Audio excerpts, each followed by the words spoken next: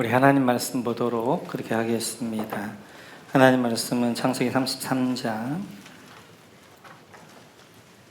하나님 말씀 창세기 33장입니다. 1절에서 5절까지 우리 같이 한 목소리로 같이 읽도록 그렇게 하겠습니다. 창세기 33장 1절에서 5절 같이 읽습니다. 야곱이 고개를 들어보니 에서가 장정 400명을 거느리고 오고 있었다.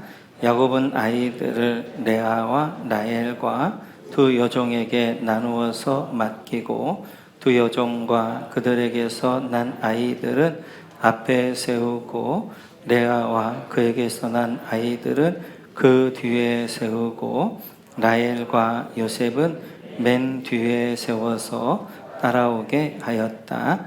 야곱은 맨 앞으로 나가서 형에게로 가까이 가면서 7번이나 땅에 엎드려 절을 하였다.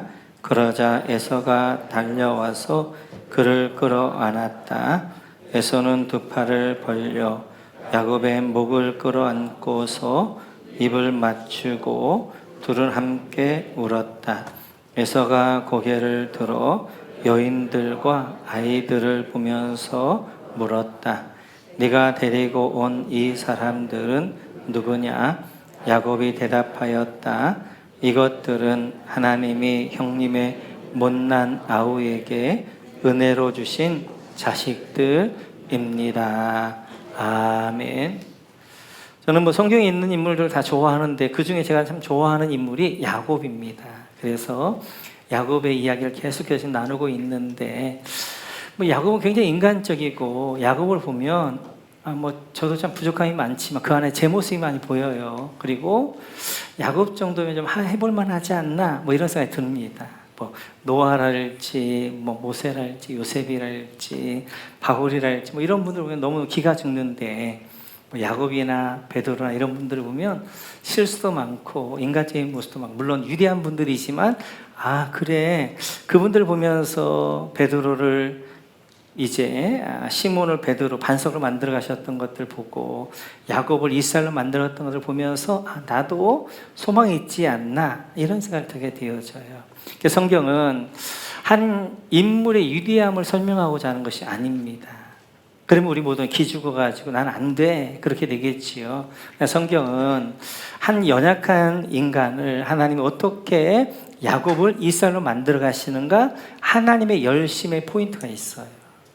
시몬과 같이 늘 이렇게 앞서뒤서 했던 그 시몬을 반석과 같은 베드로 어떻게 하나님 만들어 가시는가 하나님 열심히 그걸 만들어 가시고 그 이야기를 하고 싶은 것입니다.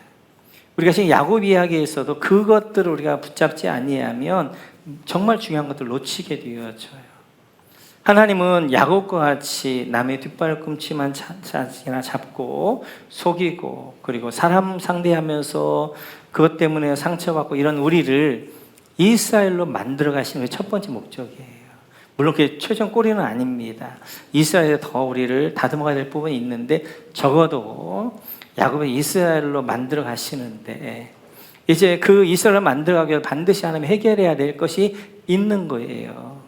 지금 야복강이 있는데 야복강만 건너면 약속의 땅 하나님의 가나안 땅입니다. 이 약복의 땅을 건너기 전에 하나님이 해결해야 될 것이 있는 거예요. 야곱에게. 왜냐하면 이 야복강을 건너기 전까지는 나그네입니다. 이 야복강을 딱 건너는 순간 야곱은 언약의 계승자가 되어지고 믿음의 족장이 되어진단 말이에요. 그래서 지금 이 야복 나루터에서 하나님이 야곱을 찾아오셔서 씨름하시는 거예요. 이거 해결하자는 거예요. 그게 지난주에 살펴봤던 견고한 진이었습니다. 그 야곱 안에 있는 견고한 진, 사단의 버튼 이거 해결하지 않으면 약속의 땅에 가서도 계속해서 넘어지게 되어지고 무너지게 되어지고 그러면 안 되니까 적어도 약속의 땅에 들어가기 전에 이거 해결하자라고 하나님이 오셔서 이제 그에게 견고한 진을 파고자 합니다. 그런데 오늘 32장을 보면 이렇게 되어져 있지요. 우리 같이 한번 24절 같이 한번 볼까요? 24절. 같이 읽죠.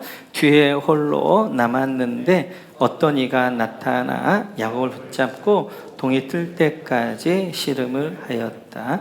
동이 틀 때까지 씨름 밑줄 그어주시고, 동이 틀 때까지 씨름을 했던 것들을 보면 야곱이 거부한 것 같아요. 하나님, 그냥 지금처럼 살래요. 나 좀 내버려 두세요. 그렇게 지금 거부합니다. 하나님이 우리에게 주신 굉장히 중요한 축복이 우리 안에 자유의지입니다. 내가 하나님이 나를 변화시켜 가고 싶어도 내가 거부하면 변화되어 줄 수가 없어요. 그러니까 하나님이 나를 변화시켜 가시는데, 하나님 나를 변화시켜 가기 원합니다. 나를 내드리는 것 중에 하나가 뭐냐면 삶 공부에 참여하는 거예요. 그 삶 공부에 참여한다는 것은 그냥 참여하는 것이, 하나님, 내가 변화되어지기 원합니다. 내가 진정한 부부가 되어지기 원합니다. 내가 진정한 부모가 되어지기 원합니다. 내가 진정한 경건의 삶 가운데 자유함 가운데 살기를 원합니다. 라고 나를 내드리는 시간, 하나님 앞에 나를 훈련하도록 내드리는 시간이 그게 삶 공부입니다. 근데 이제 우리가 거부하게 되어지면, 하나님 나 안 변할래요. 그냥 나 비뚤어진 자화상 가지고 그냥 지금처럼 야곱처럼 살래요. 그러면 하나님도 어쩔 수가 없는 거예요. 그러지 하나님이 야곱을 떠나려고 하는 거예요. 그래서 하나님이 야곱을 떠나려고 그러는데, 그때 야곱이 깨닫는 거예요. 아, 하나님이 나를 떠나면 난 진짜 아무것도 아니지. 가지고 있던 모든 재산 다 잃어버렸죠. 가족 다 떠났죠. 홀로 남았는데 하나님만 자기를 버리면 자기는 아무것도 아니라는 말이에요.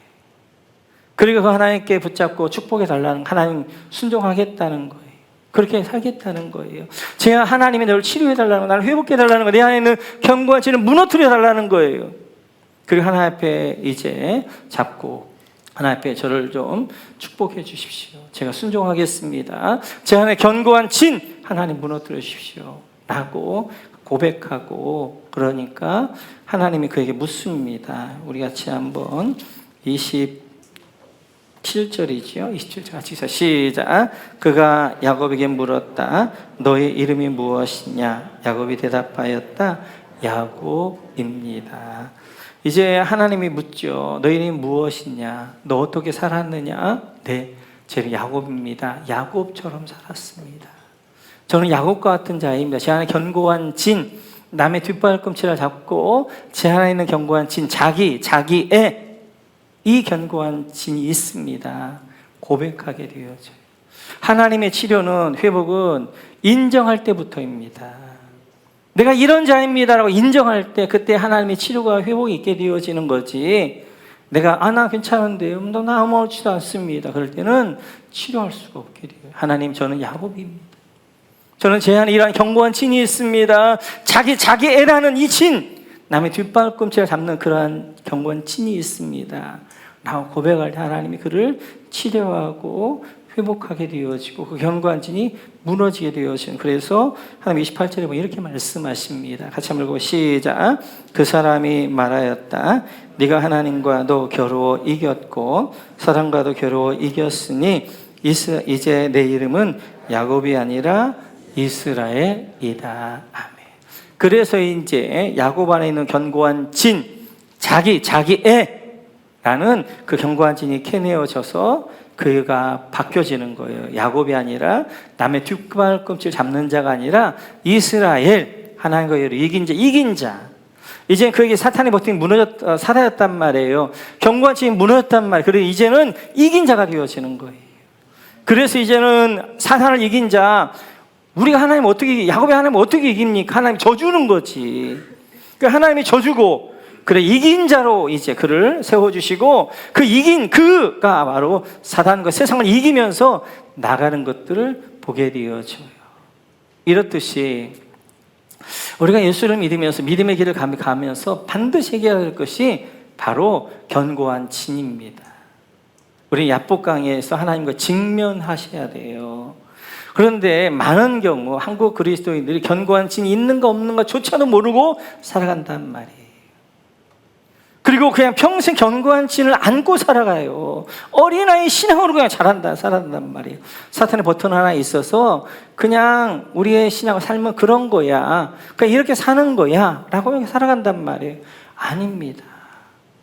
우리를 사탄의 버튼 하나, 사탄에 늘 질질 끌려다니면서 사탄에게 무너지는 자로 부른 게 아니란 말이에요. 이스라엘로 불렀단 말이에요. 이기는 자로, 사탄을 이기고 세상을 이기고 그런 자를 불렀단 말이에요. 그래서 우리 가정교회에서는 견고한 진을 중요하게 여기는 거예요. 왜냐하면 우리 모두는 사명자이고 목양을 해야 되는 사람들이니까. 특별히 목자 목녀님들은 목양자예요. 목양자. 내가 사단 하나 이기지 못하면서, 내 영적 삶 하나 이기지 못하면서 내 양들 내가 어떻게 지켜요? 어떻게 인도하게 되어줘요? 내 안에 견고한 진이 무너져야, 그래야 내가 이제 나를 영적으로 승리할 뿐만 아니라 내 양들을 인도하게 되어지는 거예요. 견고한 진이라 이렇게 만들어지는 것입니다. 우리는 태어나면서부터 내 안에 성품이 있어요. 그리고 우리 안에 잘못 되어져 있는 환경과 상황들이 있습니다. 특별히 우리 어려서부터 어떤 충격적인 그런 상황이 있어요. 그런 충격적인 그런 것들을 만날 때가 있어요. 이러면서 우리 안에 비뚤어진 자아상이 만들어져요. 비뚤어진 자아상. 이 비뚤어진 자아상이 시간이 지나면 내 안에 철옹성과 같은 성을 만듭니다. 요새를 만들게 되어져요. 그리고 그 안에 내가 갇히는 거예요. 그게 견고한 진이에요. 견고한 진. 그래서 이런 견고한, 아마도 야곱도 견고한 진 이렇게 만들어졌을 거예요. 야곱은 태생적으로 엄마의 뱃속에서 쌍둥이로 자랍니다. 근데 그 안에 보니까 굉장히 둘이 많이 다투었다는 거예요. 많이 싸움을 하게 되어지는 거예요. 그리고 결국 그 싸움하다가, 먼저 나가겠다고 싸움하다가 힘이 센 에서가 먼저 나가고 힘이 약한 야곱이 그 발꿈치를 잡고 나오게 되어져. 그래서 야곱의 이름, 뒷발꿈치를 잡았다, 그 이름 거기 나오게 되어지는 거예요. 그러니까 그는 태생적으로 이제 엄마 뱃속에서부터 강한 승부욕을 가지게 되어져. 그 힘이 없고 그러다 보니까 이제 지면서 그 안에 내가 남을 이용해서라도 내 걸 좀 얻고 내 걸 좀 해야 되겠다. 그는 이제 쌍둥이지만 차자였기 때문에 많은 것들을 잃어버렸단 말이에요. 그래서 쌍둥이로서 몇 초 사이도 아닌데 이제 태어났던 에서에게는 장자권, 축복권이 다 주어졌는데 차자라는 이름 때문에 잃어버리면서 강한 자기 집착이 만들어진 것 같아요. 그래서 그는 어찌하든지 남을 이용해서라도 내 걸 좀 이제 남의 것들 좀 빼앗고 좀 찾아야 되겠다, 이런 마음을 가지고 있게 되어지면서 그 안에서 견고한 진이, 자기랑 견고한 진이 만들어지게 되어지고, 그리고 형의 약점을 이용해 가지고 이제 배고프면 참지 못해 약점을 이용해서 장자권을 빼앗게 되어지고, 아버지의 약점, 나이 먹어 눈을 못 보는 약점을 이용해서 축복권을 빼앗게 되어지고, 외삼촌을 이용해서 이제 부자가 되어지긴 합니다. 이제 그러한 견고한 진 가운데 있다 보니까 하나님도 이용하게 되어져요. 하나님도 내가 필요할 때마다 나를 도와주시는 분 정도로만 그냥 생각하면서 살게 되어지는 거예요. 이렇게 견고한 이제 그러한 비뚤어진 자아상이 시간이 지나면서 내 안에서 잘못되어져 있는 내 안에 성을 만들고 요새를 만드는데 그게 견고한 진이란 말이에요. 그래야 중요한 것이 자아상인 거예요. 건강한 자아상을 만들 수 있도록 자녀 교육이나 환경이나 이거 해주셔야 돼요. 비뚤어진 자아상을 가지게 되어지면 그 비뚤어진 자아상이 결국 어떻게 하는 거예요? 잘못되어지면서 자기 안에 진을 만들게 되어지고, 그 견고한 진의 열매가 뭐냐면 쓴뿌리입니다. 쓴뿌리. 그래야 해서 자기 안에도 깊은 쓴뿌리가 있게 되어지고, 내 안에 있는 견고한 진이 다른 사람 안에도 쓴뿌리를 만들게 되어져요. 야곱에게 있는 견고한 진, 자기 애라는 이 견고한 진이 어떻게 하는 거예요? 남을 이용하면서 어떻게 하는, 그 상대한 사람들에게 상처를 주는 거예요. 원수가 되어지는 거예요. 그래서 자기 형과 원수가 되어집니다. 그 형이 20년 동안 야곱 죽이겠다는 그 불타는 복수심 하나로 살게 되어진단 말이에요. 20년도 같이 살았던 누구와 함께 외삼촌 라반과도 원수가 되어지는 거예요. 이렇듯이 비뚤어진 자아상은 그 환경과 이런 걸 통하여서 견고한 진을 만들게 돼. 견고한 진은 내 안에 쓴뿌리를 만들어서 그 쓴뿌리가 나를 괴롭게 하게 되어져. 그 쓴뿌리는 나만 만들어지는 것이 아니라 나와 상대하는 사람에게도 쓴뿌리가 만들어지는 거예요. 그러면 이 쓴뿌리가 어떻게 해내어지는가? 그리고 견고한 진이 해결되어진 야복강을 지난 사람에게는 어떠한 열매가 있는가, 어떤 결과가 있는가 하는 내용이 33장의 내용이 되어져요. 같이 한번 우리 1절부터 한번 보도록 그렇게 하겠습니다. 1절 같이 한번 읽습니다. 같이 읽죠. 시작. 야곱이 고개를 들어보니 에서가 장정 400명을 거느리고 오고 있었다. 야곱은 아이들을 레아와 라헬과 두 여종에게 나누어서 맡기고, 야곱이 고개를 들어보니 밑줄 그어주시고요. 이게 에서가 오고 있다는 소식을 들었는데 야복강에서 그 밤을 지내고 하나님과 씨름하고 이제 해가 떠오르며 눈을 들어보니까 에서가 앞에 있는 거예요. 지금 야곱은 부자입니다. 그래서 굳이 요단강 서편 땅인 가나안 땅에 갈 필요는 없어요. 그냥 부자니까 그 이제 재물을 가지고 요단 동편 땅, 그 땅이 얼마나 풍요로웠든지 이제 그 땅을 점령할 때 르우벤 지파, 므낫세 지파, 갓 지파는 그 땅을 달라고 했단 말이에요. 요단 동편 땅에 살아도 돼요. 근데 굳이 자기를 죽이려고 하고 있는 에서를 지나 왜 요단강 서편 땅인 약속의 땅으로 가려고 하느냐는 거예요. 견고한 진이 무너진 야곱에게 첫 번째 사는 목적이 달라지는 거예요. 이제는 사는 게 목적이 아니라 사명을 위한 삶이 자기의 삶의 목적이 되어지는 거예요. 사는 게 목적이었다면 야곱은 굳이 에서를 지나서 약속의 땅 갈 필요가 없단 말이에요. 요단 동편 땅으로 피해서 가, 에서를 피해서 가면 돼요. 그러나 이제 견고한 진이 무너진 야곱에게는 사는 자체가 목적이 아니라 왜 사냐 하는 것이 중요한 거예요. 삶의 목적이 뭐냐 하는 거예요. 그것은 사명, 약속의 땅에서 하나님의 언약을 이루는 사명을 위한 삶으로 사는 것이 그의 삶의 목적이 되어지는 거예요. 견고한 진이 무너지면 첫 번째 사람의 특징은 삶을 사는 목적이 달라집니다. 사는 자체가 목적이 아니라 왜 사냐? 삶의 목적이 무엇이냐? 하는 게 달라지고, 그것이 바로 사명을 위한 삶의 목적을 가지고 살아가게 되어지는 거예요.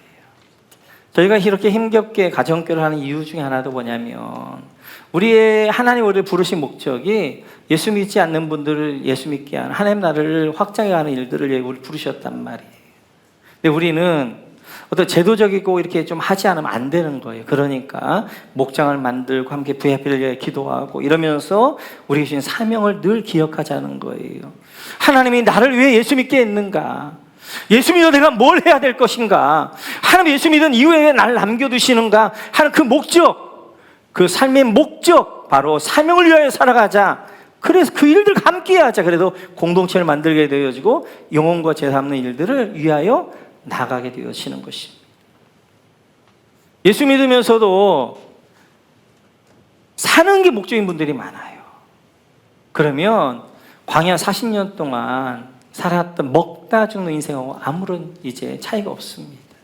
우리는 먹다 죽는 인생을 부른 게 아니에요. 그건 짐승과 같은 삶인 거예요. 사는 게 목적이면 짐승이란 말이에요.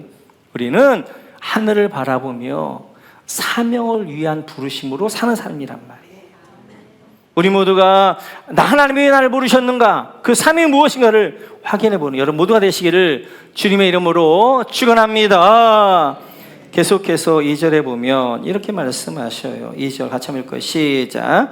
두 여종과 그들에게서 난 아이들은 앞에 세우고 레아와 그에게 난 아들들은 그 뒤에 세우고 라헬과 요셉은 맨 뒤에 세워서 따라오게 하였다. 여러분 두 종과 그들에게 난 아이들 밑줄 그어주시고, 두 종은 실바와 비라지요.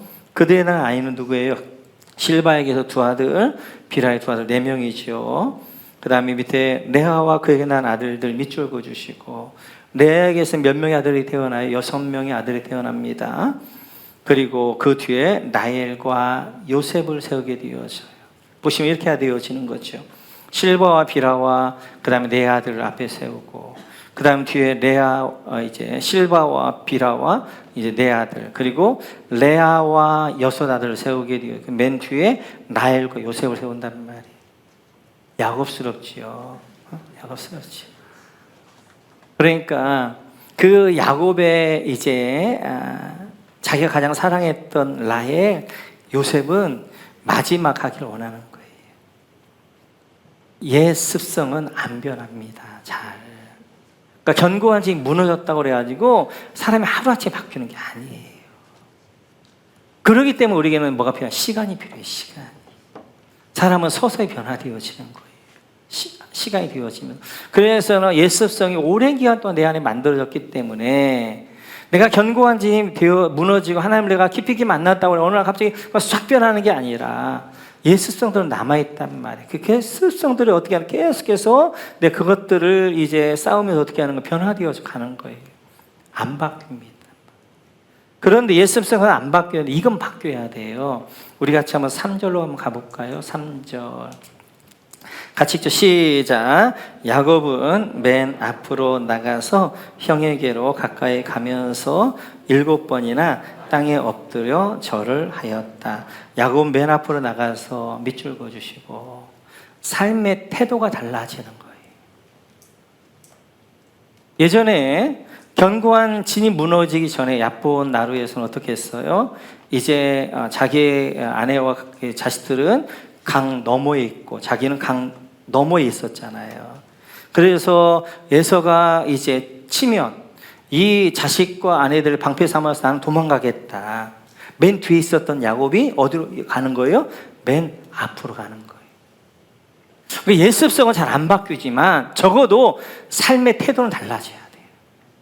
내 안에 견고한 힘이 무너지면 세 번째로 내 안에 삶의 태도가 달라집니다. 두 번째로 삶의 태도. 그래서 이제는 그전에는 자기 안에 견고한 진이 있기 때문에 자기가 중요해요. 자기의 내가 살아야 돼. 내 누구를 희생해서라도 내 자식, 내 가족을 희생해서 내가 살아야 되는 거예요. 그러나 이제는 자기 앞에서 책임자예요. 내가 내 가족 책임지겠다는 거예요.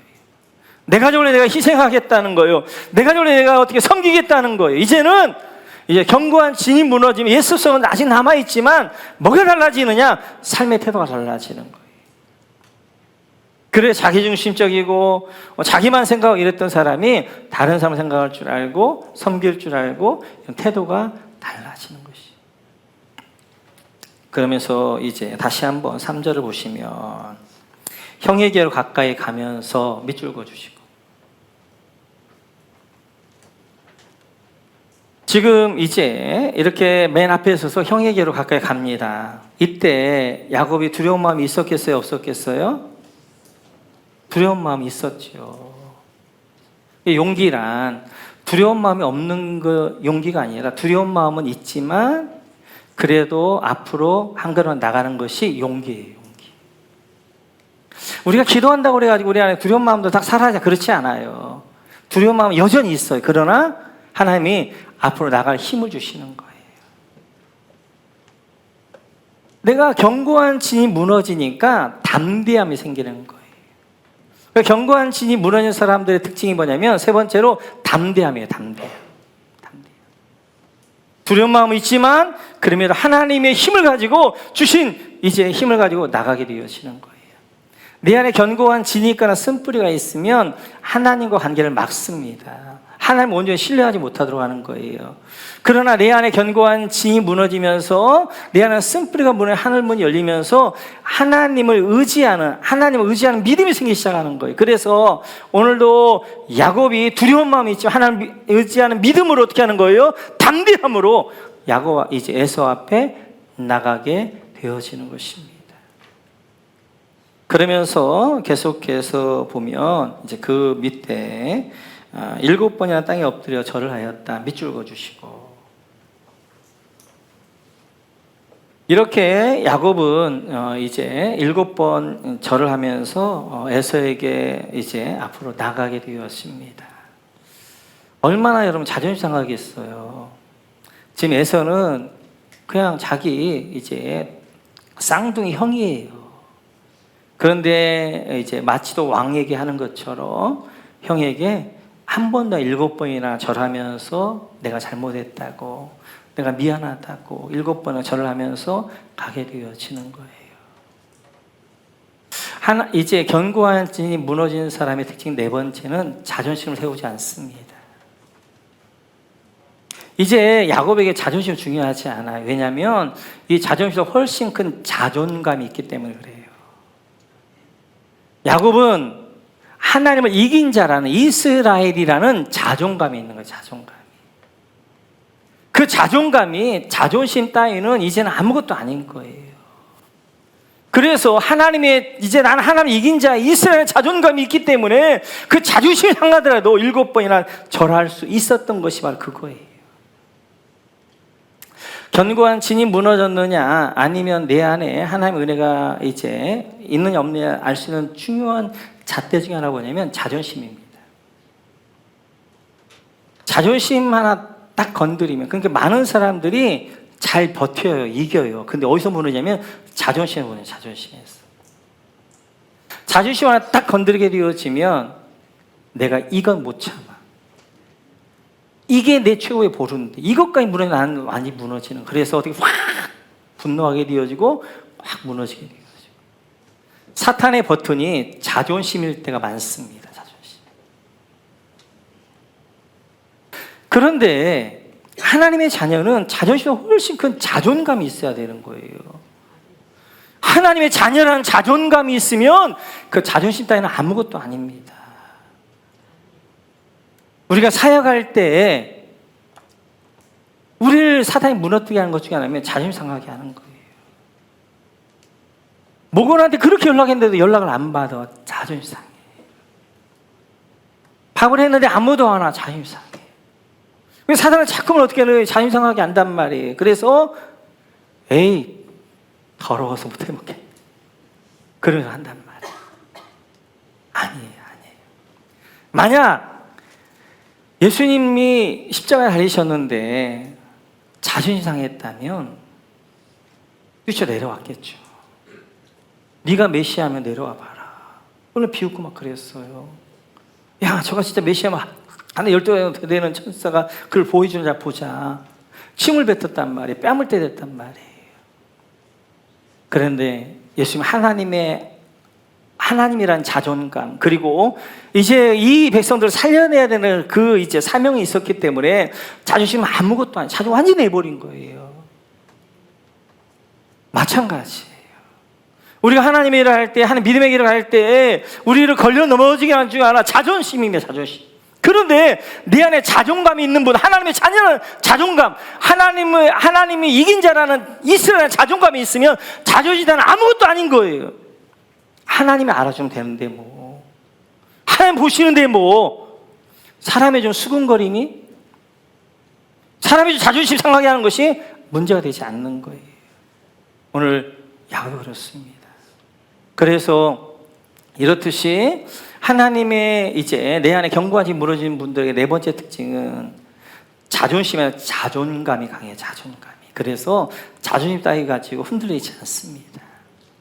뿐만 아니라 계속해서 4절에 보면 이렇게 말씀하셔요. 같이 한번 볼까요? 같이 시작. 그러자 에서가 달려와서 그를 끌어안았다. 에서는 2팔을 벌려 야곱의 목을 끌어안고서 입을 맞추고 둘은 함께 울었다. 에서가 달려와서 그를 끌어안았다. 밑줄 그어주시고. 놀라운 일이 벌어진 거예요. 200년 동안, 20년 동안 에서는 왜 살았어요? 이제 야곱 죽이겠다는 복수심 하나 살았습니다. 그리고 400명 장정을 키웠어요. 그리고 장정과 함께 지금 야곱을 죽이겠다고 와 있는 거예요. 코앞에 있어요. 엎드려 절할 때 가서 그냥 한 방에 치면 끝나는 거예요. 근데 지금 이 에서가 야곱에게 달려오는 거예요. 야곱도 움찔했겠죠. 칼로 야곱을 치는 게 아니라 와서 그를 안고 서로 울게 되어지는 거예요. 야복나루에서 야곱의 자존심이 이제 야곱의 그 안에는 견고한 짐이 무너지고 쓴뿌리가 캐지니까 내 견고한 짐을 만들었던 상대방의 쓴뿌리가 캐지는 거예요. 에서 안에 있었던 미움이란 쓴뿌리가 캐지는 거예요. 에서 안에 있었던 상처의 쓴뿌리가 캐지는 거예요. 원수란 상처의 쓴뿌리가 캐지는 거예요. 그래서 그 에서가 어떻게 하는 거예요? 칼을 들고 야곱을 치는 것이 아니라 손을 이제 그와 와서 어금 맡기면서 함께 울고 용서가 이루어지는 거예요. 용서가. 이렇듯이 견고한 진, 내 안에 있는 견고한 진으로 인하여서 이제 내 안에도 쓴뿌리가 만들어지고 단어가 쓴뿌리가 만들어지는데, 그 견고한 진이 무너지며 중요한 것은 내 안에 쓴뿌리가 캐질 뿐만 아니라 그걸로 인하여서 만들어진 자녀의, 내 주변 사람들의 쓴뿌리도 함께 켜진다는 거예요. 그래 견고한 진이 무너진 사람들의 다섯 번째 특징은 쓴뿌리가 캐내어지는 거예요. 쓴뿌리가. 그러니까 여러분, 남을 변화시키려고 하지 말고요, 여러분이 변화되셔야 돼요. 남에 있는 이제 키 빼려고 하지 말고요, 남에 있는 견고한 진 무너뜨리려고 하지 말고 내 안에 있는 들보 무너뜨릴 줄 알아야 되고, 내 안에 견고한 진 무너뜨려야 돼요. 내가 변화해야 돼요. 내가 변화해야 돼요. 내가 변하면 남의 편이었던 남편이 진짜 남편이 됩니다. 내 편이 됩니다. 아내가 내가 되는 거예요. 내가 변할 때. 그래서 내 안에 있는 것이 문제예요. 내 안에 있는 견고한 진이 무너져야 되는 거예요. 내가 변할 때 나로 인하여서 주변 사람들이 변화되어지는 거예요. 오늘 모세가 창세기 33장을 이제 기록하면서 이 사절을 굉장히 중요하게 강조해서 기록합니다. 그것 중에 하나가 오늘 사절에 본문엔 우리 번역은 잘 안 나와 있는데, 원어를 보면 바브라는 그리고라는 말이 있어요. 바브. 그리고. 그런데 이 바브, 그리고를 계속해서 써요. 그래서 제가 원문에 충실해서 이제 사절을 번역하면 이렇습니다. 그리고 에서가 달려왔다. 그리고 그를 끊어 안았다. 그리고 에서는 두 팔을 벌렸다. 그리고 야곱의 목을 끌어 안았다. 그리고 입을 맞추었다. 그리고 둘은 함께 울었다. 원은 그렇게 되어져 있어요. 번역할 때 좀 그런 것들을 잘 살려내면 좋은데, 모세가 오늘 33장을 이제 하면서 중요하게 생긴 게 4절입니다. 그리고 여러분 4절 한번 띄워줘 보시겠어요? 지금 슬로우 모션 같아요. 그리고 에서가 달려왔다. 그리고 에서가 끌어안았다. 그리고 에서가 두 팔을 벌려. 그리고 야곱의 목을 끌어안고서 그리고 입을 맞췄다. 그리고 둘 함께 울었다. 슬로우 모션처럼 하나하나를 이제 상세하게 설명하고 있어요. 그럼 왜 모세가 이런 표현을 쓰고 있는가? 에서의 이 마음이 진실이라는 거예요. 진실. 그래서 에서가 지금 화해하고 이제 이 야곱을 끌어안는 모습이 가짜가 아니라 진심이다, 진실이다 라는 것들을 보여주기 위해서 슬로우 모션처럼 하나를 강조해 설명하고 있는 거예요. 자, 여러분의 입장에서 여러분이 에서가 되어져서 한번 생각을 해보세요. 야곱이 지금 자기 아버지도 속이고 자기 속이고 지금 홀딱 도망갔단 말이에요. 그 20년 동안 이제 4명의 아내를 두고 12명의 아들, 딸 낳고 잘 먹고 잘 살고 부자가 되어 돌아오고 있어요. 그걸 듣고 지금 400명의 이제 장정을 데리고 저놈 죽여야 되겠다. 자기는 20년 동안 어떻게 하는 거예요? 에서의 삶은 지옥이었죠, 지옥. 우리 자꾸만 성경을 야곱 중심으로 한번 보게 되어지고 야곱 입장에 생각하는데, 에서 입장에 생각해보면 에서 입장에 생각해보면 에서가 진짜 피해자란 말이에요. 에서가. 그는 20년 동안 살았던 삶이 그게 지옥이었지. 평생 복수를 해야 되겠다. 복수에 칼고 살았던 그가 행복이 있겠어요. 그러게 이제 왔어. 그런데 지금 야곱이 7번 절하면서 오는 거예요. 그때 에서가 가지고 있는 마음 두 가지일 거예요. 하나는 쇼하고 있네. 또 하나는 진심이다. 두 가지 중에 하나일 거예요.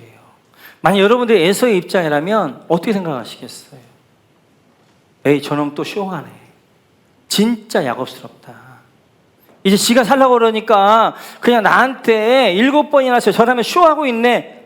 이렇게 생각하지 않겠어요? 우리는 아마 100중 8구는 이렇게 생각했을 거예요. 그런데 에서는 그것을 진심으로 받아들여요. 그리고 에서 또한 그걸 그에게 가지고 끌어안고 입을 맞추는 게 진심이었다고요. 그러니까 이제 견고한 진입으로 쓴뿌리가 캐내어진 사람들의 6번째 특징이 뭐냐면 곡해하지 않는 거예요.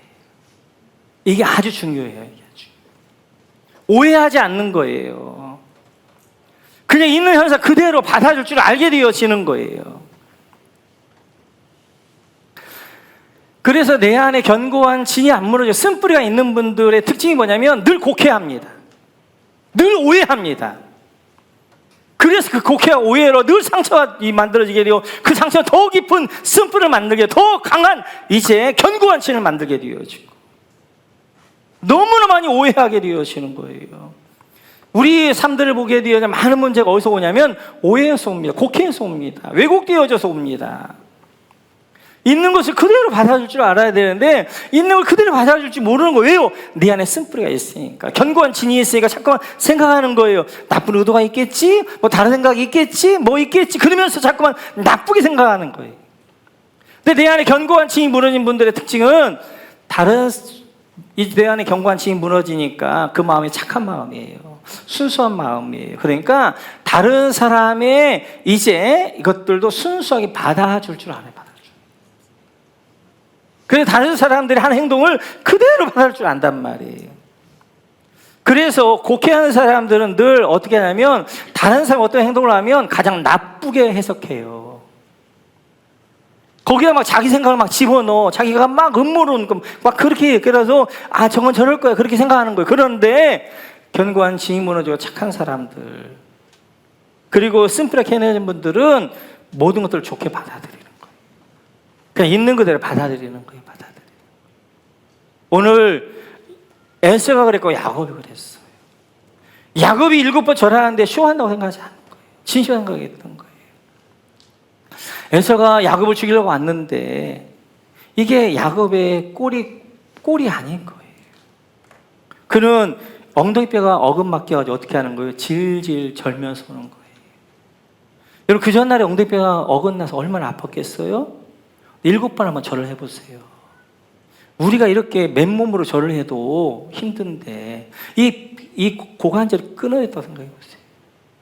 그런 사람이 이렇게 엎드려 절하기도 어렵고 그 엎드려서 일어나는 것도 얼마나 힘들겠어요. 한 걸음 일어나. 또 한 발짝 하고 또 한 걸음에 또 일어나는 거예요. 그 모습을 보는데 에서가 무너지는 거죠. 그가 칼을 가지고 왔는데 죽여야 되겠다고 왔는데 그 마음 불쌍한 마음이 생기기 시작하는 거예요. 불쌍한 마음.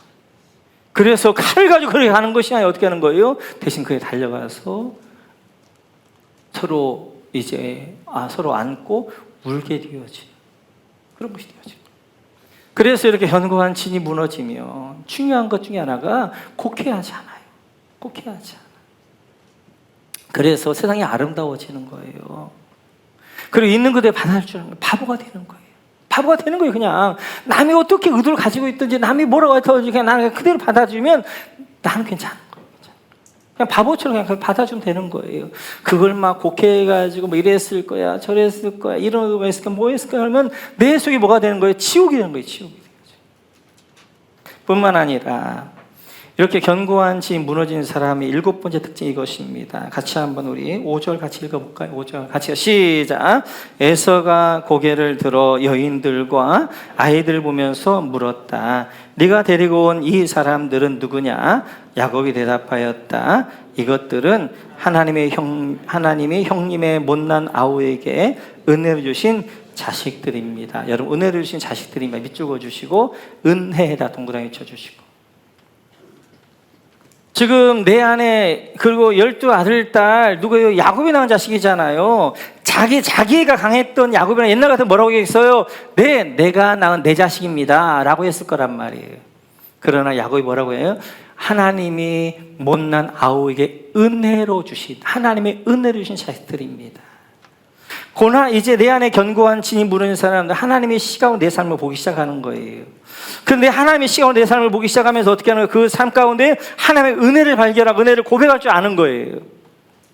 내가 낳은 자식을 할 수 있어요. 내가 낳았죠, 육신적으로. 그런데 오늘 이 견고한 진이 무너지니까 이것 또한 하나님의 은혜입니다. 하나님의 은혜를 주신 자식입니다. 하나님의 은혜였습니다 라고 지금 야곱이 고백하게 되어지는 거예요. 오늘 11장에서 모세가 이제 사절을 중요하게 강조했다면 또 하나 중요하게 강조하는 단어가 있어요. 그 단어가 바로 헨이란 단어, 헨. 히브리어 헨이란 말은 은혜라는 말, 은혜라는 말. 근데 오늘 11장의 이 짧은 정에 이 헨이란 은혜란 말 5번을 쓰고 있어요. 5번. 같이 한번 볼까요? 우리 같이 한번 8절입니다. 8절. 같이 시작. 에서가 물었다. 내가 오는 길에 만난 가축대는 모두 웬 것이냐? 야곱이 대답하였다. 형님께 은혜를 입고 싶어서 가지고 온 것입니다. 은혜 동그라미 쳐주시고 헨 은혜라고 고백하게 되어지고 10절 같이 시작. 야곱이 말하였다. 아닙니다. 형님께서 저를 좋게 보시면 제가 드린 이 선물을 받아 주십시오. 형님께서 저를 이렇게 너그럽게 맞아 주시니 형님의 얼굴을 뵙는 것이 하나님의 얼굴을 뵙는 듯 합니다. 여기 은혜가 안 나오는데 헨이 뭘로 번역했겠어요? 좋게 보시면. 좋게 보시면. 그래 개역개정에 은혜라고 번역했는데 우리 세 번역에 좋게 보시면 그렇게 했더만 헨. 형님에 대해 은혜를 읽기 원합니다. 그래 이제 그렇게 이야기하게 돼요. 11절 같이 시작. 하나님이 저에게 은혜를 베푸심으로 여기까지 은혜 동그라미 쳐주시고 하나님의 은혜를 주셔서 제가 가진 거 넉넉합니다. 이렇게 고백하게 되어지고요. 계속해서 15절 같이 시작. 에서가 말하였다. 그렇다면 내가 나의 부하 며칠 너와 같이 가게 하겠다. 야곱이 말했다. 그러실 것까지는 없습니다. 형님께 저를 너그럽게 맞아주신 것만으로도 만족합니다. 15절에 보니까 너그럽게, 여기 밑줄 여기가 헨입니다. 은혜. 이렇듯이 견고한 진이 무너진 사람들의 특징은 자기 모든 사람 하나님의 시간을 보기 시작하는 거예요. 그래서 이것도 하나님의 은혜입니다. 이것도 하나님의 은혜입니다. 이것도 하나님의 은혜입니다. 하나님이 가보신 은혜입니다. 헨입니다 라고 고백하게 되어지는 거예요. 그것이 바로 지금 야곱의 모습인 거예요. 옛날에는 자기의 내가 이랬던 야곱이 어떻게 하는 거예요? 하나님의 은혜입니다. 하나님의 은혜입니다. 하나님의 은혜입니다. 이렇게 이야기하는 거예요. 계속해서 10절 같이 한번 읽을까요? 10절. 같이 시작. 야곱이 말하였다. 아닙니다. 형님께서 저를 좋게 보시면 제가 드린 이 선물을 받아 주십시오. 형님께서 저를 이렇게 너그럽게 맞아주시니 얼굴을 뵙는 것이 하나님의 얼굴을 뵙는 듯, 형님의 얼굴을 뵙는 것이 하나님의 얼굴을 뵙는 듯 합니다. 밑줄 그어주시고. 이게 야곱의 진실이겠어요? 거짓이겠어요? 저는 진심입니다. 진심. 지금 야곱이 형에게 잘 보이려고 내가 형님 얼굴 보니까 하나님 얼굴 보는 것 같습니다. 그게 아니라 야곱은 진실이에요. 지금 에서가 있잖아요. 그 안에서 쓴뿌리가 캐내어졌던 얼굴이 밝아진 거예요. 그 전에는 도끼의 눈이었어요. 그 전에는 사자의 얼굴이었어요. 내가 너 죽이겠다. 그래서 강한 이제 그런 얼굴이었는데 그 안에 쓴뿌리가 미움이란 쓴뿌리가 캐내어진 거예요. 그러자 그 얼굴이 해같이 빛나는 거예요. 얼굴이 빛나는 거예요. 하나님 얼굴 같이 되어지는 거예요. 뿐만 아니라 야곱이 어떻게 하나 자기 안에 쓴뿌리가 캐내어지다 보니까 견고한이 무너지니까 다른 사람 어떻게 보는 거예요? 하나님 얼굴로 보이는 거예요. 눈이 바뀌어지는 거예요. 이제 야곱의 눈이 바뀌어지는 거예요. 에서의 그런 삶이 바꿔지면 이제 얼굴이 바꿔지는 거예요. 그렇습니다. 중요한 것이 눈에 도끼가 없어야 돼요. 눈에 도끼가 입에 도끼로 나옵니다. 독한 말로 나오게 되어지고 삶이 어두워지게 되어지고 얼굴이 어두워지고 얼굴이 이제 싸나워지는 거예요. 싸나워지는. 그래서 40 이전까지는 이쁘고 미우고가 있어요. 근데 40 넘어서는 자기 얼굴 자기가 책임지는 거예요.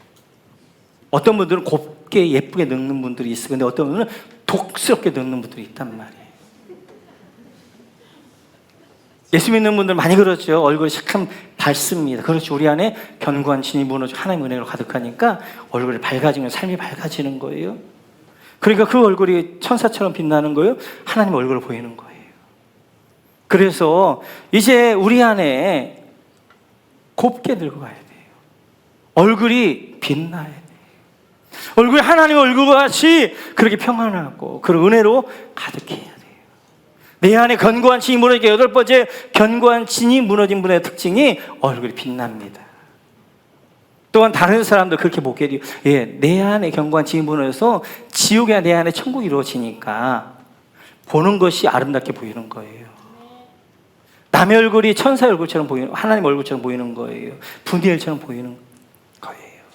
한 주간 동안 우리는 이제 발광체가 아니라 반사체잖아요.